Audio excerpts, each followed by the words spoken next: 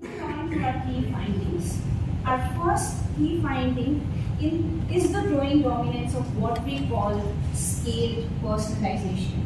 The ability to simultaneously address millions of voters in deeply localized, demographically specific ways. In practice, this means that platforms like Google and Meta allow political parties to translate the overlapping cleavages of Indian society, caste, religion, language, age, gender, into configurable audiences.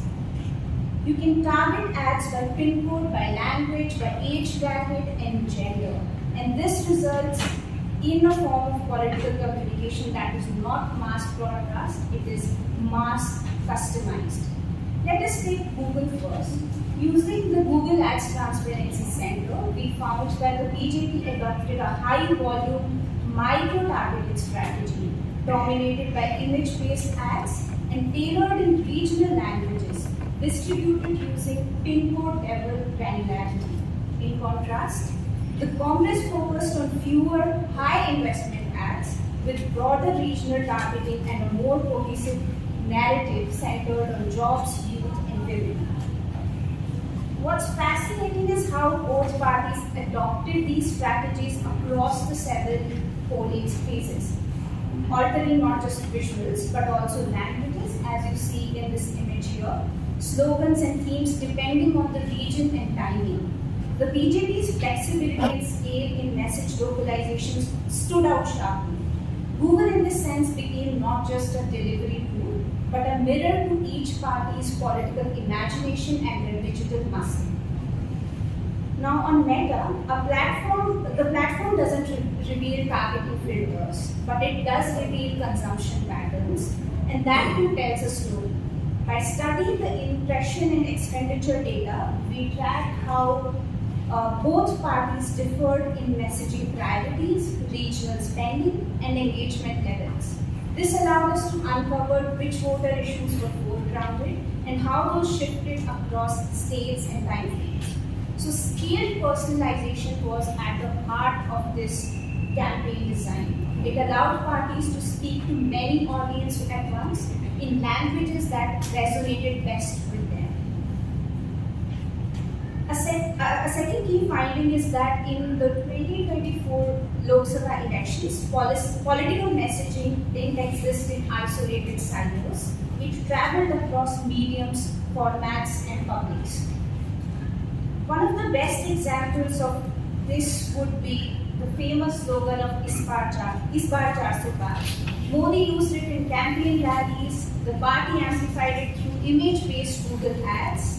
Fans converted it into catchy songs that spread on YouTube and Watch, and meme pages spun out localized humor to keep it trending. This seamless recycling of content is not just creative, it is strategic.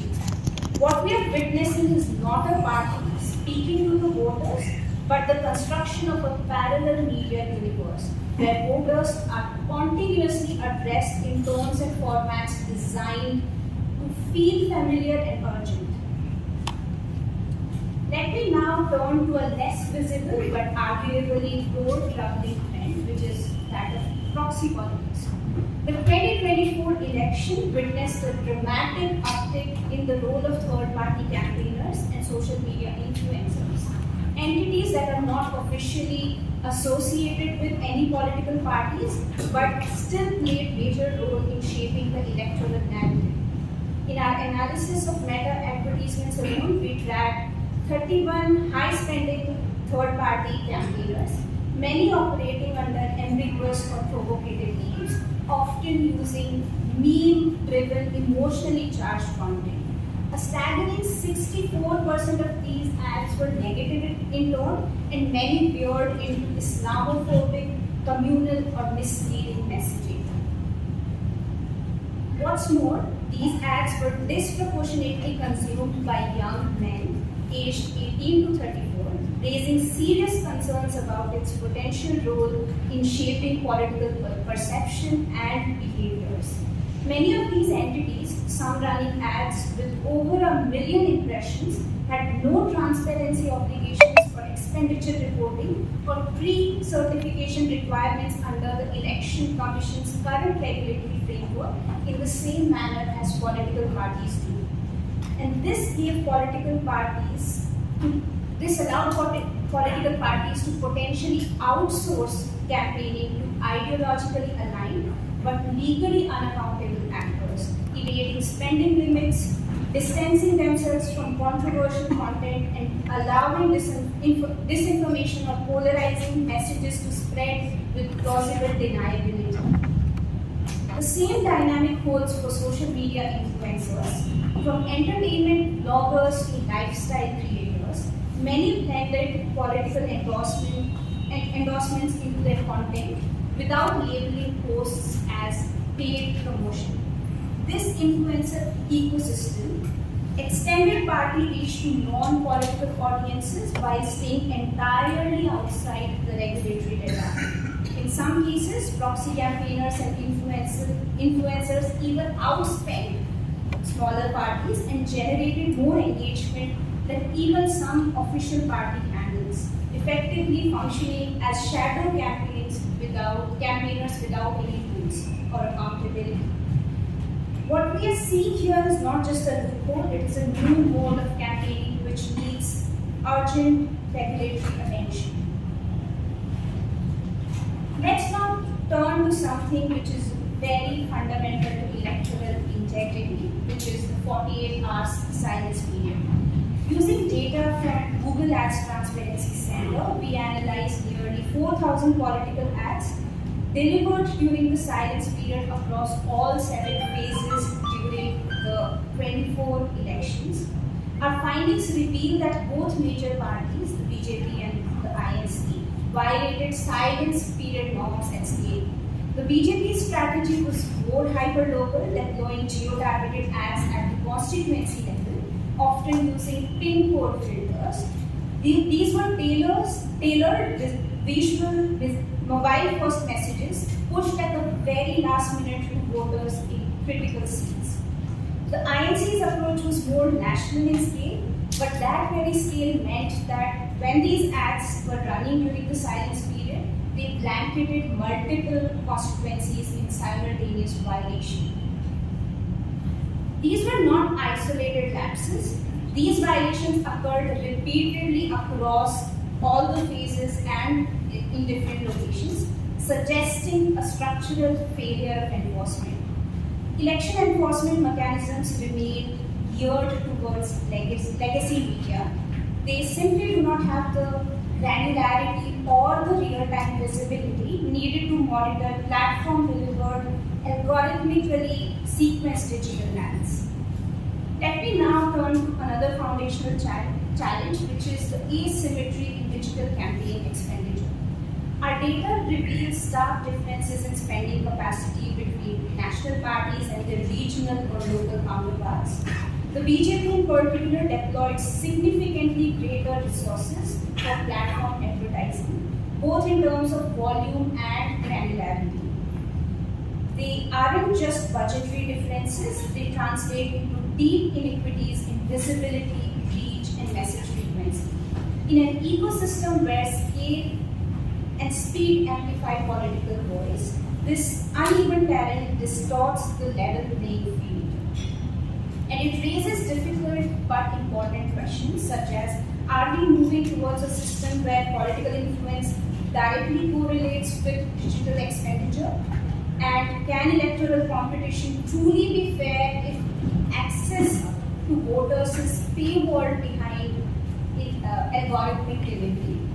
Now, these questions point to deep structural asymmetries, but they also rest on a more basic issue, which is how much of digital campaign is even visible to begin with.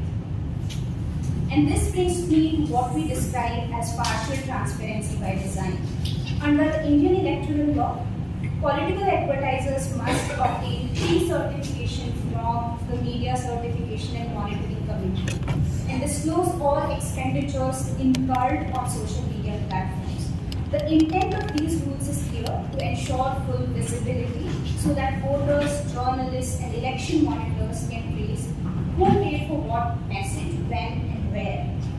we examined the transparency archives provided by Meta and Google, we found that visibility they offer is partial at best and structurally limited by design. On Meta, spend impression data are given in broad ranges. For instance, one of the spending band is rupees 20 to 25 lakh. However, it's impossible to tell whether they spend rupees 20 lakh or 25 lakh. The difference might not seem major when it comes to just one ad, but it becomes enormous when we cumulatively calculate the total spending of all the ads, and it becomes impossible to determine how much expenditure was exactly done by a political party. Moreover, unlike Google, Meta does not disclose targeting parameters at all. It only shares consumption patterns, and it shares aggregate data after the ad has been shown. Who saw it and not who it was intended for or who it was targeted to. So if a campaign targets voters by caste, language or religion, there is no public record of that targeting logic. Even Google, which is relatively more transparent, batches delivery timestamps by the day and not by the hour or minute. This makes it extremely difficult to detect and act on silence period violations in the real time. And there's more. There is no real-time API access available to regulators or researchers. Data must be scraped manually or requested via CSV downloads, a process that introduces delays, which are often precisely what the campaigns might be counting on. The platforms defend these limitations citing user privacy or commercial confidentiality. But let's be clear, advertisers have live dashboards with second-by-second updates, while regulators are handed day-level summaries after the fact. So this information asymmetry is not accidental, it is a design choice, one that sets the ceiling for how much accountability platforms are willing to tolerate. Ultimately, this report is not just about revealing violations, it is about showing how power operates in digital spaces. It is about how platforms, proxies, and parties interact in ways that often escape regulatory notice but deeply shape democratic outcomes. We are entering an era where campaigns don't just speak to voters but surround them through memes, ads, WhatsApp forwards, and influencer feeds. If laws and oversight don't evolve to meet that reality, we risk creating an illusion of electoral fairness while the real contest plays invisibly behind screens and algorithms. We still have time to set it right, and in our study we have found that we have identified the gaps, and we have also proposed 7 priority reforms. I won't go into the details of each and every reforms that we have suggested due to time constraints. They are there in the report, and I hope you'll go through them. But I want to end by reiterating that fair elections in the digital age demand digital transparency, algorithmic accountability, and regulatory imagination of how today's platforms are shaping tomorrow's politics.